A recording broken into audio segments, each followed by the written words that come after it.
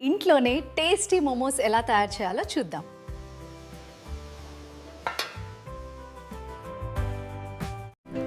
మైదా, కూరగాయలు లేదా చికెన్ మసాలాలు సిద్ధం చేసుకోండి.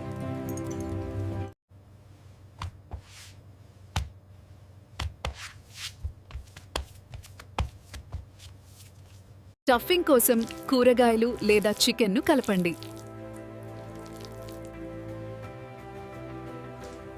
చిన్న చపాతీలా రోల్ చేసి షీట్స్ తయారు చేయండి. ఇది నమ్మలే. స్టఫింగ్ పెట్టి మోమోస్ను బాగా మూసండి.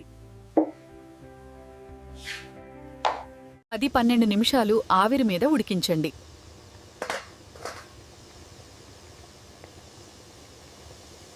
వేడి వేడి మోమోలను ఒక్కసారి రుచి చూస్తే మీరు వీటిని అస్సలు వదలరు.